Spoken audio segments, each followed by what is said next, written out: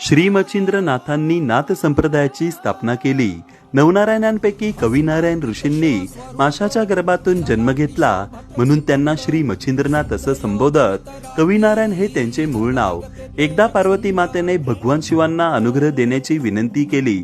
शांत जागेत यमुना तीरी भगवान शिवांनी पार्वती मातेला अनुग्रह दिला। तेव्हा पाण्यात कविनारायण एका मासळीच्या पोटात असताना त्यांनी सर्व उपदेश ऐकला। शंकरांनी पार्वती मातेला या उपदेशाचे सार काय असा प्रश्न विचारतात। कविनारायण मध्येच बोलतात, सगळं काही ब्रह्मस्वरूप आहे।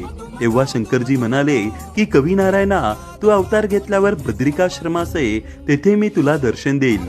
यानंतर माशाच्या अंड्यातून बालक जन्मास आले। त्यांना कामिक आणि शारदत्ता या कोळी दाम्पत्याने सांभाळलं। श्री मच्छिंद्रनाथांचे जन्मस्थान यमुना तीरी असून संजीवन समाधी मायंबा सावरगाव तालुका आष्टी जिल्हा बीड येथे आहे।